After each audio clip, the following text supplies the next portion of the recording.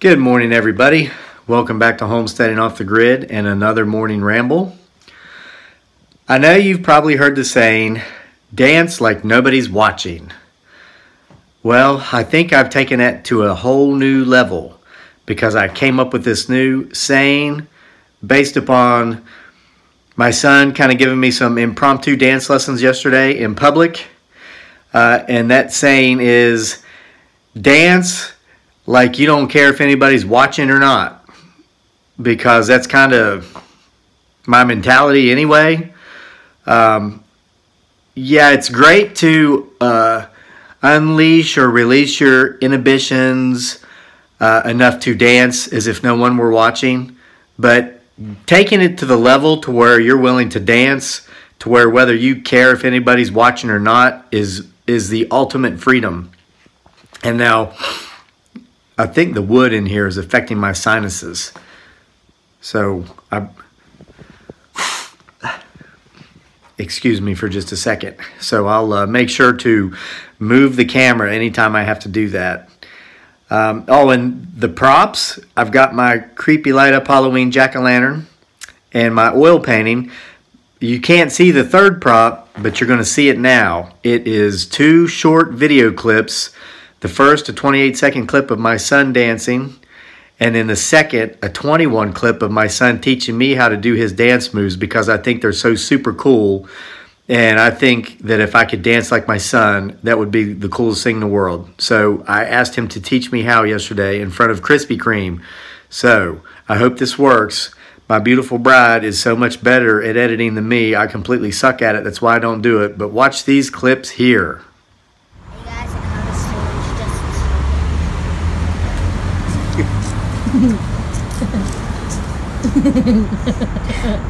And flash.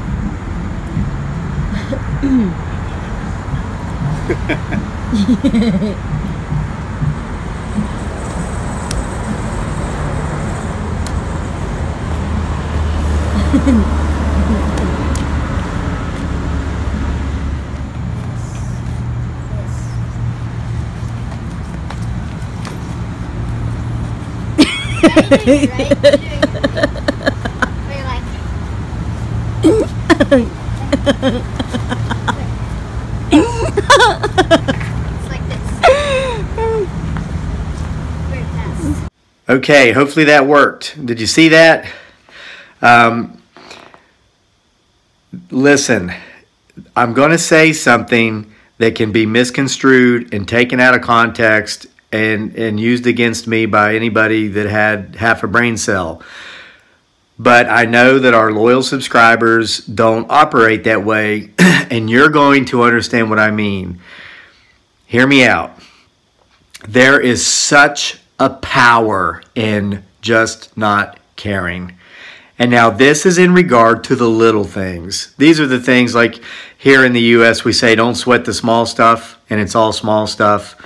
Man, yeah, that's nice to say, but you go out there and look around in our society and within our culture, man, it's like we thrive on sweating small stuff. This is what I call, so I refer to it as the matrix. It's a mindset. It's not so much just the fact that Big Brother's watching, Big Brother's listening. You know, and I spoke about that yesterday about this smartphone I'm using is hearing me talk. And I said Krispy Kreme donuts because we were dancing in front of Krispy Kreme donuts. I know over the next 48 hours I'm going to be served a bunch of Krispy Kreme donut ads. Okay, we've already established that. But that's not the part of the matrix that concerns me the most. The part of the matrix that concerns me the most has always been there. It was there before artificial intelligence and technology. And guys, you should read back through the comments on that video and hear some of your stories. Many of you shared your stories. There was one, and guys, I'm sorry that names have slipped my mind. We get so many comments because we're closing in on 60,000 subscribers now as of this recording. A lady said that she mentioned this same issue to her adult children about the computers, the phones, the smart televisions, always watching, always listening, and serving us ads based upon our conversations that we think are private. And she said her adult children laughed at her. So she did a test. they, I guess secreted away to another room, and they decided they would have a discussion about cats, particularly Maine Coon cats. So they all went into the dining room or whatever. They all put their smartphones, iPhones, Androids, whatever their gadgets were, on the table, and they sat around for some amount of time, and they had this discussion about cats and about Maine Coons in particular, about should they get a Maine Coon or whatever they were talking about. She said that after that, her adult children left. 2 to 3 hours later, they were all calling her, freaking out, because they were all being served ads on the internet on various devices about Maine Coon cats. I guess pet supplies, how to take care of these cats, articles about these kind of cats whatsoever. That was creepy. All right, but that's not the part of the Matrix that I want to talk about. And dancing, as if you could care less whether anybody's watching or not, because that is so much more powerful than dancing like no one's watching. Who cares? When you get to the point to where you don't care. And my mind's thinking about this in particular today for several reasons. 3, yes, because I was dancing with my son yesterday, which you just saw. Hopefully, if Dearly was able to edit that in. As if I could care less if people were watching or not. And when we were done, we saw that they were.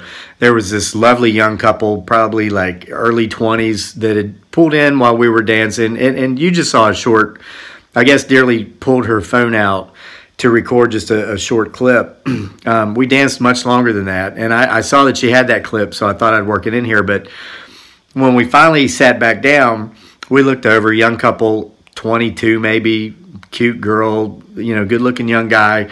They had parked, they'd gotten out of their car, they saw us dancing, and they stood there in the parking lot watching us, and they were laughing, not at us, but they were genuinely laughing and smiling with us. They took it as a treat, and so when I looked over and saw them, they kind of like got all serious, and I just smiled and waved, and then they kind of loosened up a little bit, and then they went into Krispy Kreme. So I'm happy that us being us and who we are and sharing that, because we didn't care if anybody was watching or not, gave that young couple a smile. And I hope that young couple, who's young enough to be my children, see that when they're my age, it's still okay to dance, not as if no one's watching, but as if you don't care if anybody's watching or not. Now, we got a message last night on the Annoying Neighbor in the Crayon video from a man who lives in Mindanao, Philippines, who's a former Marine. And he mentioned he's having some issues with some neighbors, and a crayon's not going to work. I started to type a message, and I deleted it twice. Like I said the other day, sometimes it wasn't an issue of waiting 24 hours to react, because I wasn't angry. I lived over there for many years. I know exactly what he's dealing with. But I've also learned that sometimes things that don't need to be said are left best unsaid.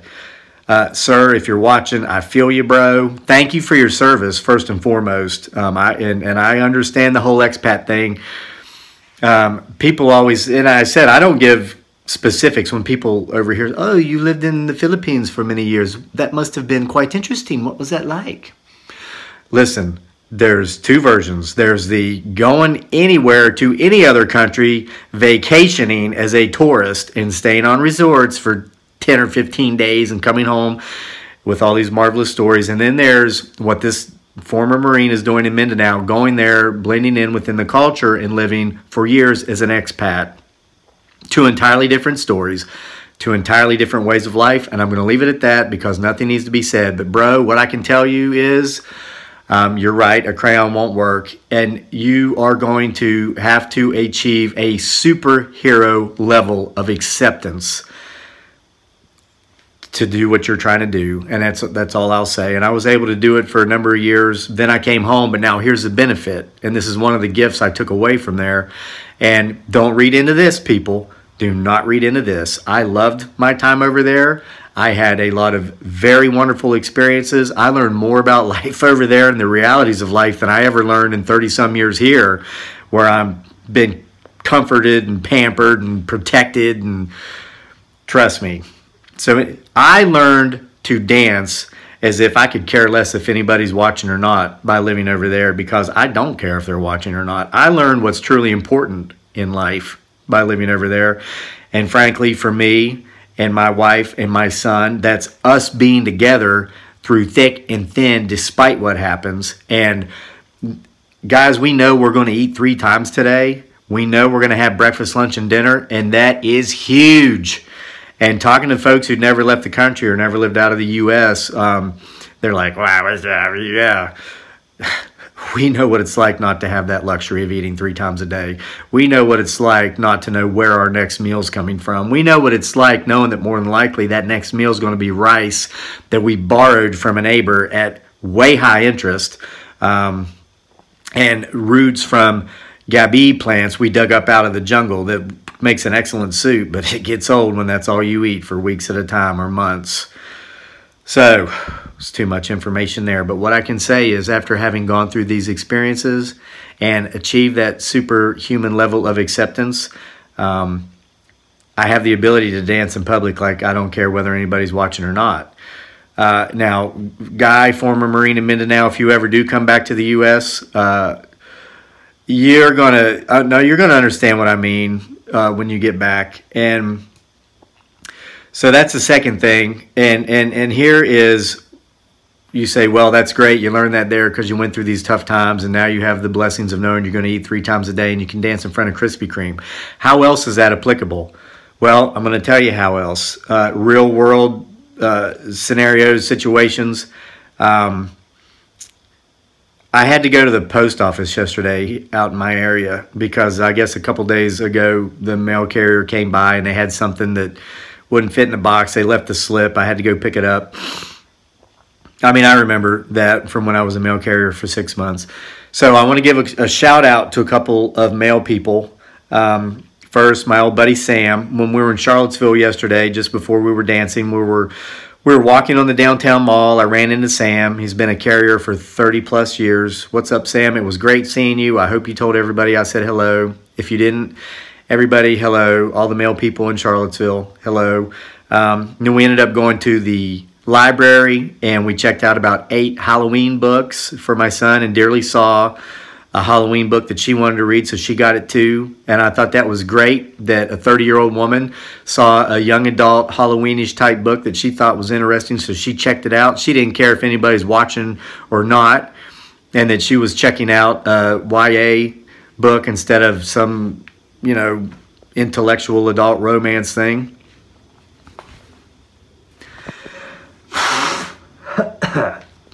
It might be the wood in the woodshed. I don't know. It might be some kind of ragweed or something up in the fields. So anyway, Sam, it was great seeing you again. And then I want to give a shout out to Liz, a clerk in a different office here in Albemarle County. I got to meet Liz yesterday, and that was a wonderful experience. Now, here's the deal. I'm walking in to meet Liz. Wonderful clerk, friendly, cute as a bug's ear. She's about 5 foot nothing, 100 nothing pounds, and she just smiles from ear to ear. And I see very, very good friend of the person who used to be in charge of the post office in Charlottesville. And they were like this, thick as thieves, these two. And I didn't care. I just don't care. I'm walking in there anyway. And by the way, Sam let me know the person that used to be in charge of the post office in Charlottesville has been shipped off to Kentucky or somewhere. Guys, I know a lot of you did not watch that video I made about why you're not receiving your Amazon packages on time and how they really treat disabled combat veterans, at least in the post office in Charlottesville. I know they're not all the same everywhere. Because it's 37 minutes long, you got to watch it, especially as the Christmas season comes upon us and you're not receiving your packages, even though you're getting emails saying you did when you didn't, or you're getting emails saying you didn't receive it because there was no access to the property where you live, even though there was. If you want to know what that's all about, watch this video. I'll put it at the end of this video. It's about why I quit my job at the post office and why you're not receiving your packages on time and all these things. It's long. It's 37 minutes. Watch it in 3 different 10-minute, 12-minute segments. It's worth it because it'll answer a lot of your questions you're having. But, and like I say in that video, there are wonderful people working for the post office. Some of the management is just, well, some of it's gone now, at least out of Charlottesville. So anyway, we get the package, meet Liz. She's wonderful. We get ready to leave. We see the former person in charge of Charlottesville's best good friend who's like this, and the annoying neighbor I had to run out of here with a crayon. So I don't care. We just walked right on past through there, didn't look at him, I don't care. I don't care. And this is the beauty of not sweating the small stuff and learning to dance, not like nobody's watching, but like you don't care if they are or they aren't.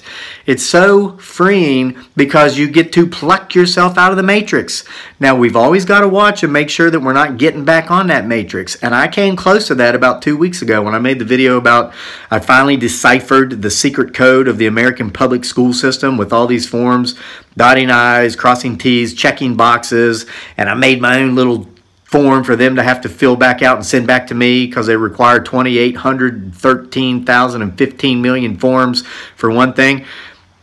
What I was doing there is, you know, I pride myself on not being part of the matrix, even though I live here where the matrix exists now.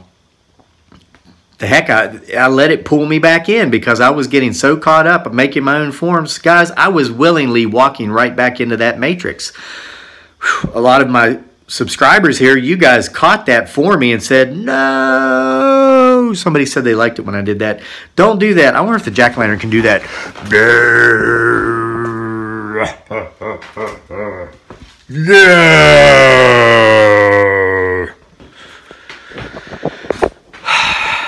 Okay, so I do it better than him. So anyway, when you achieve the level of, you know, Charlottesville is a wonderful town. I love Charlottesville. It does not deserve the reputation the mainstream media gave it here about a year ago when two opposing groups clashed and 3 people got killed. It was a terrible day. It was a terrible day. But that's not what like a typical day. That's not representative of a typical day in Charlottesville. So, but it is a college town. It's a university town. And on any given day, you can go somewhere and you'll see 2 or 3 people holding up protest signs about something. I mean, that's just, you can go to Chapel Hill, North Carolina. You can go anywhere where there's a university. You don't have to go all the way out to that Berkeley or wherever it is in California where they do it. Like, it happens in pretty much any college town, even small state colleges. So we drive by 2 such people yesterday on the way home holding up a sign about something. I didn't even read what the sign was. Dearly said, what do you think about that? Whatever they were protesting. And I said, I think that if you don't agree with it, don't do it. I mean, and that, before I had the experiences of serving in Iraq, living in Southeast Asia, all these things, my view might have been differently. And I'm not discounting anybody's views who are differently. A lot of people are very passionate about certain beliefs. If they see those signs, they have very powerful convictions about it.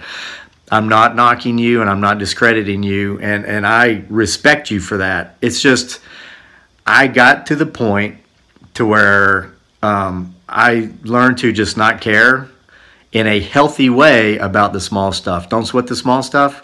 And a lot of these things that are protested are big things. I don't even know what that particular sign said, so I'm not belittling whatever it was those people were protesting.